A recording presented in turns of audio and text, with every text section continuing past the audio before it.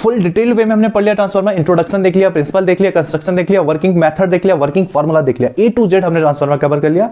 अब अगर आपने ट्रांसफार्मर का ये टॉपिक अच्छे से देखा है ना, तो आपको दोबारा से बुक खोलने की जरूरत नहीं है।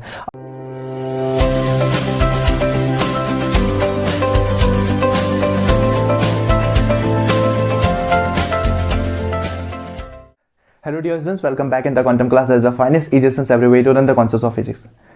Dear students, in previous lecture we have already discussed about basic concepts of alternating current, root mean square value, why root mean square value is important, pure inductive circuit, pure resistive circuit as well as pure capacitive circuit. And after that, in previous lecture we also discussed about one of the very most important topic of entire class 12 physics, which is LCR circuit. Okay student, तो इससे पहले हम LCR circuit को cover कर चुके हैं और मैंने आपको प्रीवियस लेक्चर में ही कह दिया था, इससे पहले के लेक्चर में मैं आपको बोलते आ रहा हूं कि इस चैप्टर में दो टॉपिक बहुत ज़्यादा इंपॉर्टेंट है। पहला है एलसीआर सर्किट, जो कि हमने डिस्कस कर लिया है बहुत ही फाइनेंस और इजी तरीके से। ओके, अगर आपने ये टॉपिक नहीं पढ़ा है, अभी तक नहीं देखा है, तो प्लीज़ ऊपर दिए हुए आई बटन पर क्लिक कीजिए, आप पहुंच जाओगे प्रीवियस लेक्चर में।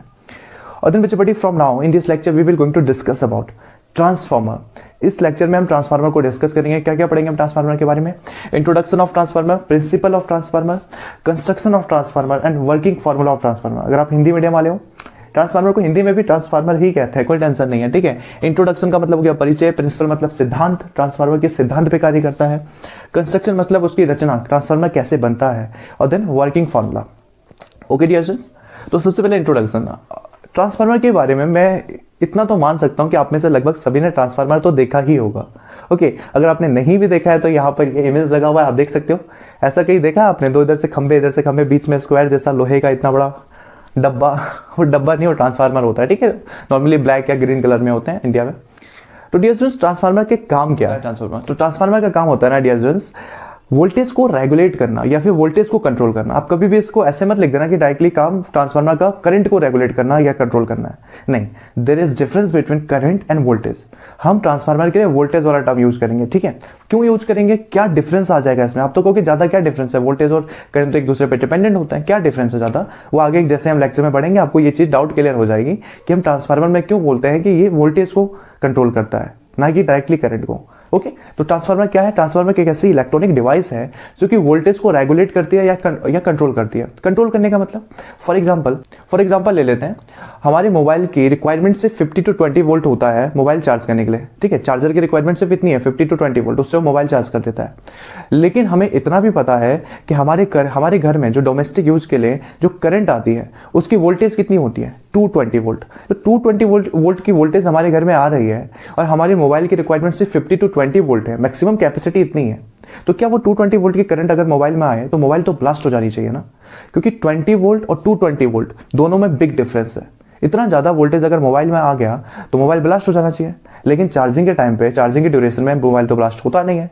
इसका मतलब है बच्चा पार्टी, कोई ना कोई बीच में एक ऐसा इलेक्ट्रॉनिक डिवाइस जरूर है जो कि 220 वोल्ट के अल्टरनेटिंग करंट को 50 to 20 वोल्ट में चेंज कर देता है। और वो डिवाइस क्या होता है बच्चा पार्टी? ट्रांसफार्मर। ट्रांसफार्मर का मतलब वही नहीं जो हम बड़े बड़े खंभों में देखते हैं कि ऐसा स्क्वायर शेप में लगा हुआ है लोहे का डब्बा, ट्रांसफार्मर जो नहीं, कि वही ट्रांसफार्मर है एक, ठीक है। और ट्रांसफार्मर बाहर से बाहर ही आपको मिलेगा, ट्रांसफार्मर आपके घर में भी मिल जाएगा, ठीक है। आप अगर मोबाइल को, अगर चार्जर को खोल कर देखोगे तो मोबाइल के चार्जर में भी एक छोटा सा प्यारा सा ट्रांसफार्मर होता है, उस पर टेप लगा होता है किनारे से। ओके, तो यही होता है ट्रांसफार्मर। चार्जर में भी ट्रांसफार्मर होता है जो कि 220 वोल्ट के करंट को आपके चार्जर या मोबाइल के अकॉर्डिंग उस वोल्टेज को रेगुलेट करता है, कंट्रोल कर लेता है। अब समझ में आ गया ट्रांसफार्मर का क्या काम है? इन सिंपल वर्ड, ट्रांसफार्मर एक ऐसी इलेक्ट्रॉनिक डिवाइस है जो कि वोल्टेज को रेगुलेट करती है या फिर कंट्रोल करती है। ओके, तो इसका इंट्रोडक्शन तो समझ लिया, अब इसका प्रिंसिपल समझ लेते हैं कि ट्रांसफार्मर किस सिद्धांत पर आधारित है। तो डियर स्टूडेंट्स, ट्रांसफार्मर हमारा म्यूचुअल इंडक्शन के सिद्धांत पे, प्रिंसिपल पर बेस्ड है, ठीक है। क्या कहते हैं म्यूचुअल इंडक्शन को हिंदी में? अन्योन्य प्रेरण के सिद्धांत पर आधारित है ट्रांसफार्मर, ठीक है। अभी म्यूचुअल इंडक्शन क्या होता है मैंने आपको प्रीवियस लेक्चर्स में भी पढ़ाया हुआ है, ठीक है। अगर आपको नहीं याद है म्यूचुअल इंडक्शन क्या होता है तो ऊपर आई बटन है इधर, आप उसे क्लिक कर लीजिए, देन आप पहुंच जाओगे म्यूचुअल इंडक्शन वाले लेक्चर में। बाद में देख लेना म्यूचुअल इंडक्शन क्या है, फिर भी मैं आपको रिकॉल करवा देता हूँ क्या होता है म्यूचुअल इंडक्शन। आई होप कि कम से कम आपको याद होगा अगर आपने वो लेक्चर देखा हुआ है, ठीक है। वहां बहुत फाइनेंस और इजी तरीके से हमने पढ़ा हुआ था म्यूचुअल इंडक्शन क्या होता है। तो म्यूचुअल इंडक्शन का सिंपल सा कॉन्सेप्ट होता है ना कि अगर प्राइमरी कॉइल में दो कॉइल्स लिए जाते हैं म्यूचुअल इंडक्शन के केस में, अगर प्राइमरी कॉइल में हम अल्टरनेटिंग करंट को या फिर करंट की वैल्यू को, नॉर्मल करंट की वैल्यू को भी, अगर प्राइमरी कॉइल में करंट को चेंज किया जाए तो सेकेंडरी कॉइल में फ्लक्स में डिफ्लेक्शन आने की वजह से, परिवर्तन आने की वजह से उसमें एक इंड्यूस्ड ईएमएफ प्रोड्यूस हो जाता है, और अगर कॉइल क्लोज्ड है तो उसमें एक इंड्यूस्ड करंट प्रोड्यूस हो जाती है, और यही था म्यूचुअल इंडक्शन का केस फिनोमिना। ठीक है, तो म्यूचुअल इंडक्शन का फिनोमिना क्या है? किसी प्राइमरी कॉइल में करंट की वैल्यू चेंज करने की वजह से सेकेंडरी कॉइल में एक इंड्यूस्ड ईएमएफ या इंड्यूस्ड करंट प्रोड्यूस हो जाती है।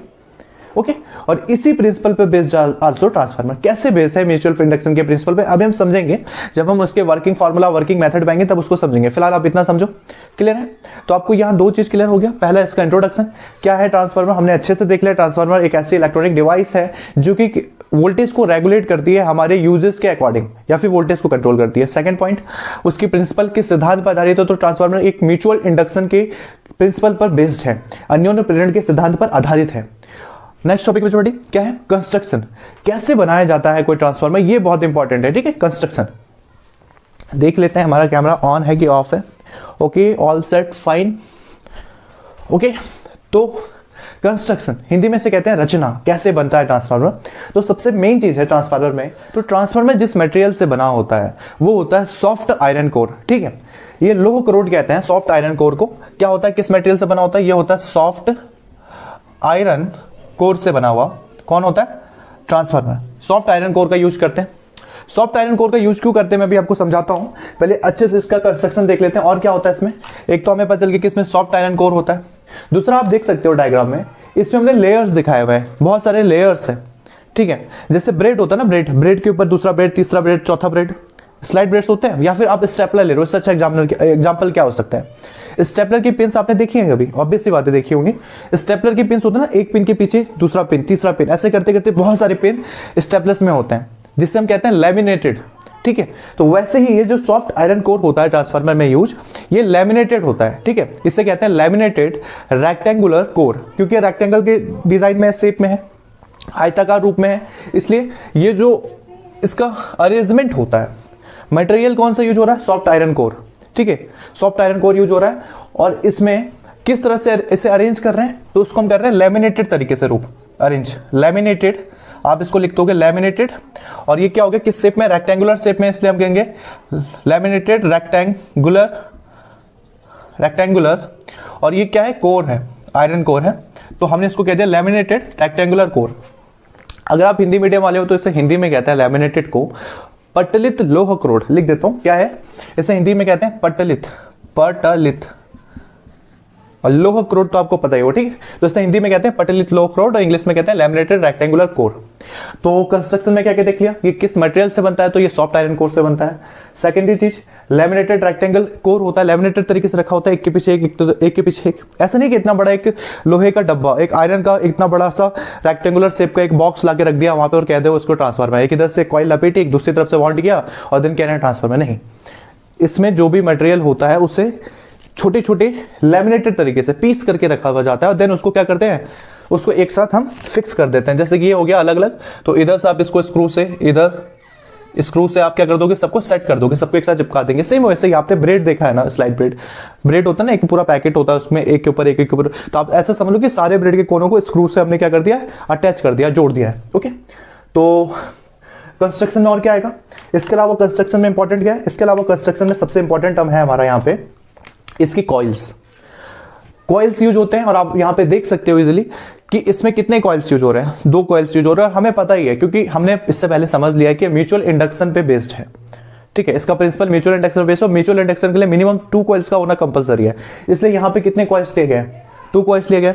ऑब्वियस सी बात है, जो पहला कॉइल होगा उसे हम प्राइमरी कॉइल कहेंगे, प्राथमिक कुंडली कहेंगे, और जो सेकंड कॉइल होगा उसे द्वितीय कुंडली कहेंगे, सेकेंडरी कॉइल कहेंगे। ठीक है, तो इतना तो आपको आइडिया हो गई। जो प्राइमरी है, देखो अब उसमें भी समझो प्राइमरी कौन है, जो इस अल्टरनेटिंग करंट सोर्स से जुड़ा हुआ है ना। अभी तक तो आपको पता होगा, इसे हम क्या कहेंगे, इसे हम कहेंगे अल्टरनेटिंग करंट सोर्स। ठीक है, या फिर अल्टरनेटिंग वोल्टेज सोर्स बोल लो, एसी मेंस बोल लो इसे। ठीक है, तो एसी मेंस से जो कॉइल जुड़ी हो उससे हम कहेंगे प्राइमरी कॉइल। ओके, तो ये कौन सी कॉइल हो गई हमारी? ये हो गई हमारी प्राइमरी कॉइल, हिंदी में कहेंगे प्राथमिक कुंडली। और जो सेकंड इस पार्ट में जो कॉइल है, यहां से हम अपने इंस्ट्रूमेंट को ऐड करते हैं। ठीक है, अपने घरों में यूज करते हैं। ये वाली जो लाइन है, अगर ट्रांसफार्मर में बड़ा वाला है तो ये जो वायर्स है ये हमारे घरों की तरफ जाते हैं। ठीक है, हमारे घर की तरफ जाते हैं। ओके, तो ये हो गया ऑब्वियस सी बात है, पहला प्राइमरी है तो दूसरा क्या होगा, दूसरा होगा सेकेंडरी कॉइल। ओके, तो कंस्ट्रक्शन में इतना काफी होगा हमारे लिए। पहला चीज किस मटेरियल का बना होता है, तो ये सॉफ्ट आयरन कोर का बना होता है। अच्छा, एक चीज बताना भूल गया, सॉफ्ट आयरन कोर ही क्यों यूज होता है, ठीक है, अभी रुक जाओ। Soft iron core, then laminated rectangular core होता है ये। तीसरा चीज, दो कॉइल्स यूज होते हैं, प्राइमरी और सेकेंडरी कॉइल्स यूज होते हैं, और जो प्राइमरी कॉइल्स होता है वो एसी मेंस से जुड़ा हुआ रहता है, कनेक्टेड होता है। सेकेंडरी कॉइल को हम यूज करते हैं, ठीक है, लोड रेजिस्टेंस के रूप में हम इसका यूज करते हैं।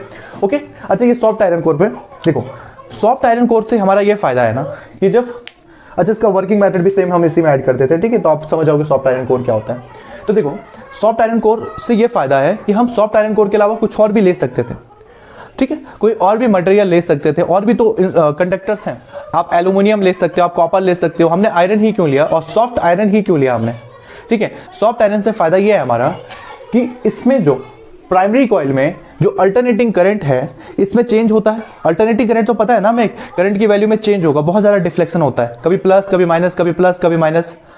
ओके, तो करंट में चेंज होने से फ्लक्स में चेंज होगा। तो अगर ये प्राइमरी कॉइल है तो करंट में चेंज हुआ तो इसके फ्लक्स में चेंज होगा, ऐसे फ्लक्स निकलेगा बाहर।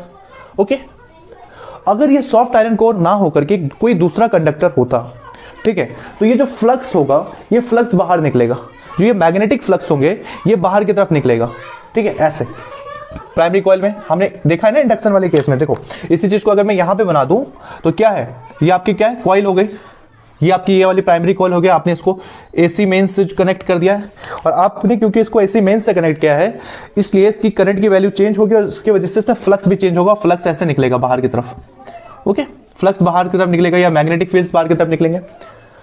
तो अगर ये किसी और मटेरियल यूज होता तो ये जो फ्लक्स बाहर निकल रहे हैं इसकी लीकेज कह लेते हैं, लीकेज हो जाता है। मैग्नेटिक फील्ड की क्या हो जाती है, लीकेज, या मैग्नेटिक फ्लक्स का क्या होता है, लीकेज हो जाता है। अगर फ्लक्स बाहर निकल रहा है तो इसमें तो हमारा घाटा है ना, इसमें तो हमारा लॉस है, क्योंकि हम जितनी एनर्जी दे रहे हैं वो फ्लक्स में काफी कुछ एनर्जी बाहर निकल जा रहा है फ्लक्स के रूप में, ठीक है। लेकिन सॉफ्ट आयरन कोर का ये फायदा होता है कि सॉफ्ट आयरन कोर ये जितनी भी फ्लक्स हैं इन्हें बाहर निकलने नहीं देता है, इन्हें अपने में ही क्या करता है, कंजर्व कर लेता है, अपने में ही रोक लेता है, स्टोर कर लेता है, ठीक है। तो यहां पर क्या हुआ, जो ये फ्लक्स ऐसे बाहर निकल रहे थे ना, तो सॉफ्ट आयरन कोर से क्या फायदा है, 1% भी, एक आइडियल सॉफ्ट आयरन कोर इसे कहते हैं जिसमें 1% भी जो फ्लक्स होगा वो बाहर ना निकले, ठीक है, लॉस ना हो हमारी एनर्जी का, या फ्लक्स का लॉस ना हो, या फिर मैग्नेटिक फील्ड का लॉस ना हो। तो ये जितनी भी फ्लक्स ये बाहर नहीं निकलेंगे, ये अंदर ही रह जाएंगे, ठीक है, ये ऐसे बैंड हो जाएंगे अंदर की तरफ, ये ऐसे अंदर की तरफ फ्लक्स बैंड हो जाएंगे, समझ रहे हो। अगेन जो फ्लक्स है वो बाहर नहीं निकलेगा, जितने भी फ्लक्स है वो अंदर ही रह जाएंगे और ये बैंड हो जाएंगे दूसरी कॉइल की तरफ। ओके, और जब दूसरी कॉइल की तरफ जाएंगे तो अगेन वही म्यूचुअल इंडक्शन वाला केस, प्राइमरी कॉइल में फ्लक्स चेंज करने से सेकेंडरी कॉइल में वो फ्लक्स पहुंचता है, और सेकेंडरी कॉइल में अगर फ्लक्स पहुंचा तो उसमें क्या होगा, प्रोड्यूस इंड्यूस्ड ईएमएफ। और अगर कॉइल क्लोज है, सर्किट अगर क्लोज है, जैसे यहां पे सर्किट क्लोज है, ठीक है, तो वो इंड्यूस्ड करंट प्रोड्यूस कर देता है। हमने ये सब फैराडेज लॉ में पढ़ा हुआ है अच्छे से, ठीक है। अगर आपने नहीं पढ़ा तो प्लीज उन्हें कॉन्सेप्ट क्लियर करो, और आई होप कि आपने पढ़ा होगा तभी आप इस चैप्टर तक पहुंचे हो, ठीक है। फर्स्ट बुक का आपका लगभग लास्ट इंपॉर्टेंट टॉपिक है ये अल्टरनेटिंग करंट, वो स्पेशली ये ट्रांसफार्मर वाला टॉपिक। ओके, तो क्या हो रहा है, अगेन से मैं इसका वर्किंग प्रोसेस समझाता हूं। हुआ ये कि आपने यहाँ पे सॉफ्ट आयरन कोर का यूज किया, क्यों किया, क्या फायदा है, क्योंकि जब अल्टरनेटिंग करंट से आप प्राइमरी कॉइल को कनेक्ट करते हो तो प्राइमरी कॉइल में मैग्नेटिक फ्लक्स प्रोड्यूस होता है। मैग्नेटिक फ्लक्स के प्रोड्यूस होने की वजह से फ्लक्स बाहर की तरफ निकलता है, ठीक है, बाहर की तरफ फैलता है, क्योंकि द सॉफ्ट आयरन कोर है, इस वजह से फ्लक्स उस लैमिनेटेड रेक्टेंगुलर कोर के बाहर नहीं निकल पाता। वो जो रेक्टेंगुलर कोर है ना उसका, ट्रांसफार्मर का, उससे वो बाहर नहीं निकल पाता, वो उसकी बाउंड्री बन जाती है, और जितने भी फ्लक्स हैं वो बेंड हो जाते हैं दूसरी कॉइल की तरफ। जो एक्स्ट्रा फ्लक्स है ना, जो बाहर निकलना चाहिए, तो बाहर ना निकल करके लैमिनेटेड कोर, इससे सॉफ्ट आयरन कोर की वजह से वो सेकेंडरी कॉइल की तरफ वो हो जाते हैं, बेंड हो जाते हैं। और जब फ्लक्स सेकेंडरी कॉइल में बेंड हो जाता है तो जो फ्लक्स होते हैं वो सेकेंडरी कॉइल के अंदर एंटर करते हैं। और हमने अच्छे से पढ़ा हुआ है फैराडेज लॉ में, अगर किसी भी कॉइल में फ्लक्स एंटर करेगा, फ्लक्स में क्या हो, डिफ्लेक्शन हो, फ्लक्स चेंज हो, तो फ्लक्स में चेंज होने से उसमें इंड्यूस्ड करंट या इंड्यूस्ड ईएमएफ प्रोड्यूस होता है। दैट्स व्हाई हमें इधर सेकेंडरी कॉइल में क्या मिलती है, वोल्टेज मिलता है, ठीक है, या करंट मिलता है सेकेंडरी कॉइल में। समझ गए क्यों कहा है ये म्यूचुअल इंडक्शन के प्रिंसिपल पे बेस्ड, आप समझ गए अच्छे से। ओके, एक और बार रिपीट कराना है, रिवीजन कराना है तो बोल दो कैसे बोलोगे यार, रिकॉर्डेड है, लाइव तो है नहीं। ओके, फिर भी मैं ट्राई करता हूँ, ठीक है। अगर आपको फिर भी कोई कंफ्यूजन हो तो मैं ऐसे क्लियर करता हूँ यहाँ पे। ओके, तो यहाँ पे डायग्राम हमने अच्छे से बिगाड़ दिया यहाँ पे, ठीक है। तो क्या है यहाँ पे, अगेन रिपीट करता हूँ कि आपने जब सॉफ्ट आयरन कोर का क्या फायदा है, यहां से एक चीज तो क्लियर है, सॉफ्ट आयरन कोर का क्या फायदा, हमने सॉफ्ट आयरन कोर ही क्यों लिया, मृदु लोह क्रोड कहते हैं, सॉफ्ट को हिंदी में कहते हैं मृदु, आयरन मतलब लोह, कोर को कोर ही कहते हैं, क्रोड कह दो सॉफ्ट आयरन कोर को, ठीक है।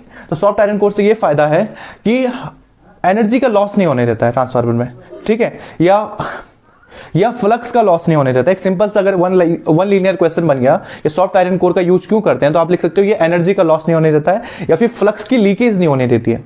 फ्लक्स बाहर नहीं जाता है, मैग्नेटिक फ्लक्स अंदर का अंदर ही रह जाता है। ओके, तो अगेन मैकेनिज्म मैं फिर से रिपीट करता हूं। क्या हुआ, आपने प्राइमरी कॉइल को एक अल्टरनेटिंग करंट सोर्स से जोड़ा। अल्टरनेटिंग करंट की हमें नेचर पता है, चेंज होते रहता है पेरियोडिक तरीके से। ओके, अल्टरनेटिंग करंट चेंज होता रहा। अगर प्राइमरी कॉइल में अल्टरनेटिंग करंट चेंज हो रहा है तो उसमें फ्लक्स भी चेंज होगा, ठीक है, क्योंकि कॉइल में करंट के फ्लो होने से उसमें मैग्नेटिक फ्लक्स प्रोड्यूस हो जाता है, और क्योंकि करंट की वैल्यू चेंज होते जा रही है इसलिए फ्लक्स भी चेंज होते रहता है। फ्लक्स में डिफ्लेक्शन आता है, कभी कम कभी ज्यादा, कभी कम कभी ज्यादा, कभी अंदर कभी बाहर फ्लक्स, ठीक है। तो प्राइमरी कॉइल को अल्टरनेटिंग करंट से कनेक्ट करने की वजह से प्राइमरी कॉइल में फ्लक्स का चेंज आता है। क्योंकि इसमें सॉफ्ट आयरन कोर है इसलिए वो फ्लक्स बाहर नहीं निकल पाता है, वो फ्लक्स जो प्राइमरी कॉइल से प्रोड्यूस होता है वो अंदर ही बैंड हो जाता है, और बैंड होकर कहां चला जाता है, ये अंदर की तरफ बैंड होकर कहां चला जाता है, इधर सेकेंडरी कॉइल में। और सेकेंडरी कॉइल में कोई फ्लक्स जाता है तो हमें पता है फैराडेज लॉ के अकॉर्डिंग कि कॉइल की नेचर क्या होती है। अगर किसी कॉइल में कोई फ्लक्स जा रहा है, एंटर कर रहा है, या फिर फ्लक्स में डिफरेंस हो रहा है, डिफ्लेक्शन हो रहा है, तो उस कॉइल में फ्लक्स में परिवर्तन के कारण, फ्लक्स में डिफ्लेक्शन के कारण उस कॉइल में इंड्यूस्ड ईएमएफ प्रोड्यूस हो जाती है। ओके, इंड्यूस्ड ईएमएफ प्रोड्यूस हो जाती है, और अगर वो कॉइल क्लोज है तो उसमें इंड्यूस्ड करंट प्रोड्यूस हो जाता है। फैराडेज लॉ में हमने इसको अच्छे से देखा हुआ है। दैट्स वाई हम इसे कहते हैं कि ट्रांसफार्मर म्यूचुअल इंडक्शन के प्रिंसिपल पर बेस्ड है। ओके, आई होप कि आप इसे अच्छे से समझ गए होंगे। इंट्रोडक्शन समझ गए, प्रिंसिपल समझ गए, कंस्ट्रक्शन समझ गए, वर्किंग मेथड समझ गए, या मैकेनिज्म समझ गए। वर्किंग फॉर्मूले पे अभी आते हैं, ठीक है। अभी मैथमेटिकल टर्म हमने डिस्कस नहीं किया, हमने बस मैकेनिज्म समझा है कि ये कैसे वर्क करता है। ओके, आई होप कितना क्लियर होगा आपका। तो ये हो गया। अब इसके वर्किंग फॉर्मूले को समझते हैं, ठीक है। वर्किंग फॉर्मूले में भी हमारे फैराडेज लॉ, आपको पता है यहाँ पे अभी तक जितने भी कॉन्सेप्ट यहाँ पे यूज हुआ सब फैराडेज लॉ के अकॉर्डिंग हुआ, ठीक है। तो फॉर्मूला भी हम फैराडेज लॉ से ही लेते हैं, ठीक है। तो फैराडेज लॉ में हमने पढ़ा है पोटेंशियल के बारे में, पढ़ा हमने वोल्टेज के बारे में, ये कि इंड्यूस्ड ईएमएफ, ठीक है, ये जो ईएमएफ होता है ये किसके इक्वल होता है, ईएमएफ चेंज इन फ्लक्स, ठीक है। तो नेगेटिव चेंज इसलिए माइनस, और फ्लक्स में चेंज आ रहा है इसलिए हो गया d phi upon D t. हमने फैराडेज लॉ के अकॉर्डिंग ये पढ़ा हुआ है अच्छे से प्रीवियस लेक्चर्स में। Okay, equal minus N d phi upon D t. क्योंकि हमारे पास यहाँ पे दो कॉइल्स है, प्राइमरी एंड सेकेंडरी दो कॉइल्स है, तो उसके अकॉर्डिंग हम इस फॉर्मूले को कैसे चेंज कर लेंगे, उसके अकॉर्डिंग ये फॉर्मूला चेंज हो जाएगा। ये ई हो जाएगा इंड्यूस्ड ईएमएफ, या फिर ईएमएफ बोलो नॉर्मली। वोल्टेज कितना हो जाएगा, voltage E1 equal minus N d phi upon D T. तो एन के ऊपर लिख दो N1। ओके, तो this is for primary coil. Okay, secondary coil के लिए हम क्या लिख लें, वोल्टेज कितना हो गया E2 equal minus number of turns N2 d phi upon D t. Flux change हो रहा है, इज इट क्लियर। E1 आ गया, E2 आ गया। अच्छा, इसको E1 E2 से बेटर होता ना, क्योंकि प्राइमरी और सेकेंडरी कॉइल कह रहे हैं हम इसे, बेटर होता अगर हम इसको E1 E2 ना लिख करके हम इसको ये लिखते हैं, हम इसको लिखते E प्राइमरी EP बेस में P और E सेकेंडरी बेस में S। Okay, E primary E secondary क्या है, EP और ES क्या है, क्लियर है ना आपको, इतना तो पता होगा, फिर भी लिख देता हूं मैं। EP का मतलब क्या होता है, वोल्टेज ऑफ प्राइमरी कॉइल, ठीक है।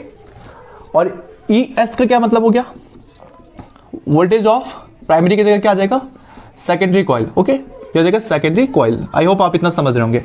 ओके, N1 N2 आपको क्लियर है। N1 N2 तो नंबर ऑफ टर्न्स है, क्या है N1 N2, N1 और N2 क्या है, N1 है प्राइमरी कॉइल के नंबर ऑफ टर्न्स, ठीक है। इसको भी N1 N2 को क्या लिख देते हैं हम, N1 को हमने P लिखा हुआ है ना प्राइमरी, तो N1 को भी प्राइमरी लिख देते हैं, इसको सेकेंडरी लिख देते हैं NP NS। क्लियर है, इसे तो लिखने की जरूरत नहीं है। तो फैराडेज लॉ में हमने ये फॉर्मूला पढ़ा है, तो उसको हमने अपने कॉइल्स के अकॉर्डिंग चेंज कर लिया, मॉडिफाई कर लिया। देन क्या करना है डियर स्टूडेंट्स, ये जो फॉर्मूला है इक्वेशन फर्स्ट और इक्वेशन सेकंड इसको लिख दो, और देन इक्वेशन सेकंड में से इक्वेशन फर्स्ट को डिवाइड कर दो। ओके, क्या करना है, equation second divided by equation first equation second divided by equation first, then क्या हो जाएगा ये देखो, इक्वेशन सेकंड क्या है हमारा, ये है ई एस और डिवाइडेड बाय कितना है इक्वेशन फर्स्ट, तो ये हो गया E S upon E P equal, E S की वैल्यू कितना है बॉस हमारा, ई एस कितना है, ये हो गया minus N S d phi upon D t, is it clear. E P कितना है equation second minus N P d phi upon D t, is it clear.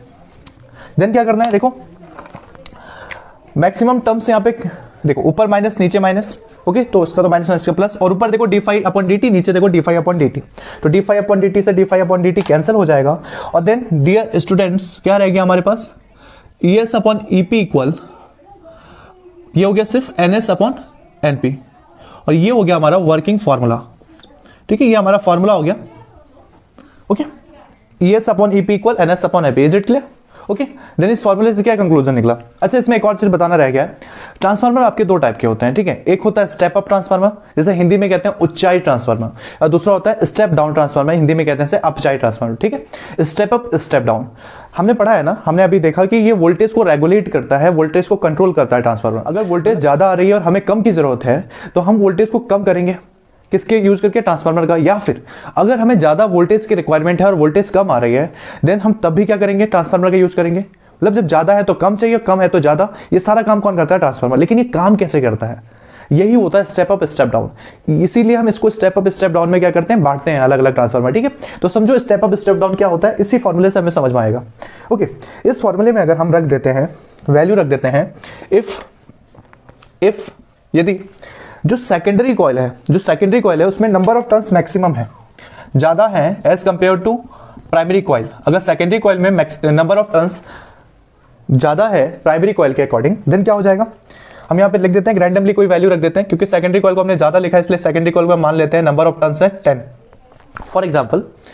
तो प्राइमरी कॉइल में हमें पता है उससे कम ही होगा, तो हम कम के लिए मान लेते हैं 10 है तो इसमें हो गया 5। ओके, देन इस वैल्यू में इस फॉर्मूले में रखते हैं, देन देखते हैं क्या कंक्लूजन आता है। फॉर्मूला क्या है, E S upon E P, ये हो गया E S upon E P equal, और ये हो गया N S upon N P, तो एस कितना है 10 और एन पी कितना है 5, तो क्या हो गया, ई एस अगर निकालना हो हमें, तो ई एस निकालना हो तो ई एस इक्वल कितना हो जाएगा, ई एस इक्वल हो जाएगा 10 अपॉन 5, ये तो हो गया 10 अपॉन 5, ये तो हो गया 2, ठीक है, 5 2 10, ये तो हो गया 2, और हमें ई पी को अगर उस साइड ले जाएं तो ये हो गया 2 इंटू ई पी। तो हमारा क्या कंक्लूजन निकला, E S is equal double of E P, 2 times of EP. इसका मतलब हमें यहां से क्या पता चल रहा है, मतलब अगर हम सेकेंडरी कॉइल में नंबर ऑफ टर्न्स इंक्रीज कर दें, बढ़ा दें प्राइमरी कॉइल के कंपैरिजन में, देन जो वोल्टेज होता है सेकेंडरी कॉइल में वो भी क्या होगा, डबल इंक्रीज हो जाएगा, ठीक है। और ऐसे हम किसी वोल्टेज की वैल्यू को बढ़ा देते हैं, अगर हमें सर्किट में वोल्टेज कम आ रहा है लेकिन हमें ज्यादा वोल्टेज की रिक्वायरमेंट है, देन हम क्या करेंगे, सेकेंडरी कॉइल में नंबर ऑफ टर्न्स को इंक्रीज कर देंगे। और सेकेंडरी कॉइल में नंबर ऑफ टर्न्स इंक्रीज करने का क्या फायदा आप देख सकते हो, इस आंसर के अकॉर्डिंग हमारे फायदा साफ साफ दिख रहा है कि जो सेकेंडरी कॉइल में नंबर वोल्टेज है वो प्राइमरी कॉइल के डबल हो जाएगा, E S is equal 2 times of E P, ठीक है, वोल्टेज। तो ये हमें समझ में आया, और इस टाइप के ट्रांसफार्मर को हम कहते हैं, क्योंकि ये वोल्टेज की वैल्यू को इंक्रीज कर दे रहा है, ठीक है, पहले जितना था प्राइमरी में जितना था सेकेंडरी में उसका डबल वैल्यू आ रहा है वोल्टेज का, क्योंकि ये वोल्टेज की वैल्यू को इंक्रीज कर रहा है, देन हम इसको कहते हैं स्टेप अप, इसे हम कहेंगे स्टेप अप ट्रांसफार्मर, ठीक है, स्टेप अप, ऊंचाई कहते हैं, ऊंचाई मतलब बढ़ाना, स्टेप अप वैल्यू को अप कर रहा है, बढ़ा रहा है। ओके, तो एक तो ये ट्रांसफार्मर हो गया फर्स्ट ये हो गया। यहाँ पे ट्रांसफार्मर के काइंड्स ये लिख देते हैं, काइंड्स ऑफ ट्रांसफार्मर, ट्रांसफार्मर के प्रकार, काइंड्स ऑफ ट्रांसफार्मर, ठीक है, काइंड्स ऑफ ट्रांसफार्मर। तो फर्स्ट हो गया स्टेप अप ट्रांसफार्मर, हमने देख लिया स्टेप अप। सेकंड काइंड क्या है ट्रांसफार्मर का, इसे कहेंगे स्टेप डाउन ट्रांसफार्मर, और ये आप समझ गए होंगे इसका कॉन्सेप्ट क्या लगने वाला है। इफ पिछले बार क्या था, सेकेंडरी कॉइल में नंबर ऑफ टर्न्स बढ़ाया था, इस बार हम प्राइमरी में बढ़ा दें, this if number of turns is greater than, if primary coil में नंबर ऑफ टर्न्स ज्यादा है सेकेंडरी कॉइल में कंपैरिजन में, देन इसी वैल्यू को उल्टा लिख देते हैं हम इसको, तो एनपी को इस बार हम 10 लिख देते हैं और एनएस को हम लिख देते हैं इस बार 5 number of turns. Okay, then इस वैल्यू को पुट करो यहाँ पे, अगेन क्या आ जाएगा हमारा, ई एस इक्वल कितना आ जाएगा, ये आ जाएगा E S upon E P, is it clear. Then NS की जगह कितना है हमारा 5, कम माना हुआ था ना NS, number of turns secondary coil में कम है और प्राइमरी कॉइल में अधिक ज्यादा 10, तो यह आ गया 1/2।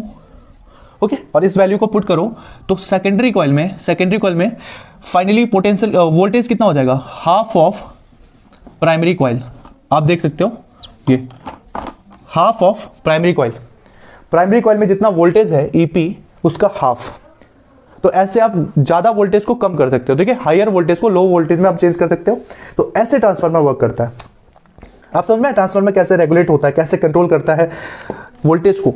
और मैंने आपको पहले ही कहा था ट्रांसफार्मर के लिए अगर हम डिफाइन करेंगे, इंट्रोडक्शन लिखेंगे उसका, देन हम वोल्टेज वाले टर्म्स यूज करेंगे ना कि करंट, क्योंकि ट्रांसफार्मर में हर जगह वोल्टेज काम आता है, ठीक है, वोल्टेज वाले टर्म्स को यूज करते हैं ना कि करंट। ओके, तो ट्रांसफार्मर कैसे कंट्रोल करता है, वैल्यू को अगर बढ़ाना हो, इंक्रीज करवाना हो, देन हम स्टेप अप ट्रांसफार्मर का यूज करते हैं। और वैल्यू को अगर वोल्टेज की वैल्यू को अगर हमें डिक्रीज करवाना हो अपने अकॉर्डिंग, देन हम यूज करते हैं स्टेप, ये अप था तो ये हो गया स्टेप डाउन, इसे हिंदी में कहते हैं अपचाई ट्रांसफार्मर, अपचाई। ओके, तो two types of transformer, step up and step down. Step up का मतलब वैल्यू को अप करना, बढ़ाना, और स्टेप डाउन का मतलब वोल्टेज की वैल्यू को घटा देना, डाउन कर देना, डिक्रीज कर देना। Okay, is it clear? अब हम इसमें समझते हैं पावर के टर्म, ठीक है। सपोज प्राइमरी कॉइल में पावर है, पावर को हम दिखाते हैं ना P से, तो प्राइमरी कॉइल में पावर है, अच्छा तो PP हो जाएगा P, और बेस में प्राइमरी कॉइल इसलिए इसके बेस में P, ठीक है। ये है 100% एफिशिएंसी के केस में, जितना हम इसको इनपुट दे रहे हैं उतने वहां पे आउटपुट भी मिल रहा है, ठीक है। जितना हम इधर इनपुट में पावर दे रहे हैं उतने आउटपुट में भी हमारा पावर मिल रहा है। इट मीन्स ये क्या है, ये अगर हम सपोज ले रहे हैं 100% एफिशिएंसी की केस, ठीक है, एफिशिएंसी, इसे हिंदी में कहते हैं दक्षता। अगर ट्रांसफार्मर 100% एफिशिएंसी शो करता है, then power of primary coil, power in primary coil should be equal power in secondary coil, ठीक है। PP मतलब ये पावर हो गया प्राइमरी और सेकेंडरी। हमें पावर का फॉर्मूला पता है कितना होता है, ये होता है VI, voltage into current. Okay, then इस वोल्टेज को हम इधर लिख सकते हैं, वोल्टेज को हम अगर लिख दें प्राइमरी कॉइल के लिए है तो ये इधर लिख देते हैं बेस में P, इधर लिख देते हैं बेस में S। प्राइमरी कॉइल के लिए तो वोल्टेज को हम E लिख देते हैं, EP, और I हो गया बच्चा यहाँ पे IP। ओके, यहाँ पे भी वोल्टेज को हम E लिख दें अगर, तो ये हो गया ES और ये हो गया IS। Is it clear? Secondary coil था ES IS। देन इस हिसाब से अगर हम इसको वोल्टेज को एक तरफ लें और करंट को सेकंड तरफ, तो क्या हो जाएगा फॉर्मूला, ये हो जाएगा हमारा। अगर हम प्राइमरी वोल्टेज को उस साइड लेके जाएं तो ये हो गया इधर IP, करंट इस सेकेंडरी करंट को इस साइड लेके आए तो ये डिवाइड में जाएगा IS, आगे ES वोल्टेज इन सेकेंडरी कॉइल, और ये इधर इनटू में इधर आ गया तो डिवाइड में हो गया, तो ये हो गया वोल्टेज इन प्राइमरी कॉइल। ओके, तो हमें ये नया रिलेशन मिल गया, वोल्टेज और करंट के बीच में हमें यहाँ पे मिल गया नया रिलेशन, ये रिलेशन हो जाएगा वोल्टेज और करंट के बीच में। ओके, आल्सो अगर आप ये दोनों रिलेशन को ध्यान से देखो तो ES upon EP equal NS upon NP है, और also ES upon EP equal IP upon IS है। अगर ये रिलेशन और ये रिलेशन को दोनों को कंबाइन कर दिया जाए, मिक्स कर दिया जाए, देन हमारा फाइनली क्या रिलेशन आएगा देखो, ठीक है। आप डाल सकते हो इक्वेशन 1, इक्वेशन 2, या फिर कंबाइन कर दो तो क्या आएगा, ES अपॉन EP, फाइनली क्या आएगा ES अपॉन E और बेस में P इक्वल, यहां तो हमें पता है ES अपॉन EP इक्वल कितना है, NS अपॉन NP है, और इक्वल आल्सो ऊपर हम क्या पढ़ रहे हैं, ES अपॉन EP इक्वल कितना है, IP अपॉन IS। तो ये फाइनल रिलेशन बनता है वोल्टेज, नंबर ऑफ टर्न्स और करंट के बीच में। ओके, ये फाइनल आपका रिलेशन बनता है, और यही जो फॉर्मूला है ना, ये आपको न्यूमेरिकल में बहुत हेल्प करने वाला है। इसके बेस पे जितने भी न्यूमेरिकल आते हैं ट्रांसफार्मर के बेस पे, मैक्सिमम जगह आपका ये यूज होने वाला है। तो इस फॉर्मूले को ध्यान रखना, ठीक है, इस रिलेशन को आप ध्यान रखना।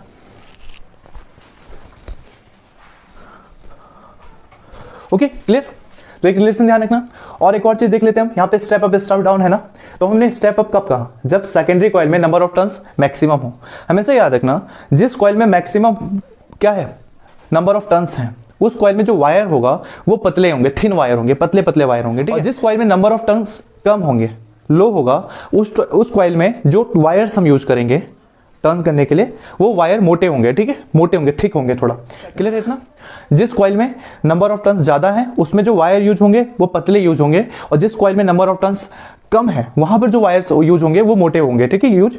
और एक और चीज ट्रांसफार्मर में क्या रह गया बॉस, हमने ये सारे रिलेशन देख लिया, कुछ भी नहीं छोड़ना है हमें ट्रांसफार्मर, ठीक है। जब कवर कर रहे हैं तो A to Z सब कवर करते हैं। अच्छा, एक और टॉपिक रह गया इसमें ट्रांसफार्मर में एक और चीज याद रखो, ठीक है, ये सब तो हमने कवर करी है। ट्रांसफार्मर में आल्सो ये याद रखो, ये नंबर ऑफ टर्न्स होता है NS अपॉन NP, ये NS अपॉन NP है, तो इस NS अपॉन NP को turns in secondary coil upon turns in primary coil को हम कहते हैं ट्रांसफार्मर रेशियो। क्या कहते हैं इसको, ट्रांसफार्मर, और इसे कहते हैं रेशियो, ट्रांसफार्मर रेशियो। इसे हिंदी में कहते हैं, या तो आप इसको ट्रांसफार्मर अनुपात बोलो, या फिर हिंदी में मैंने आल्सो देखा है बुक्स में यूज होता है परिणमन अनुपात। क्या यूज होता है, लिख देता हूं मैं यहाँ पे, यूज होता है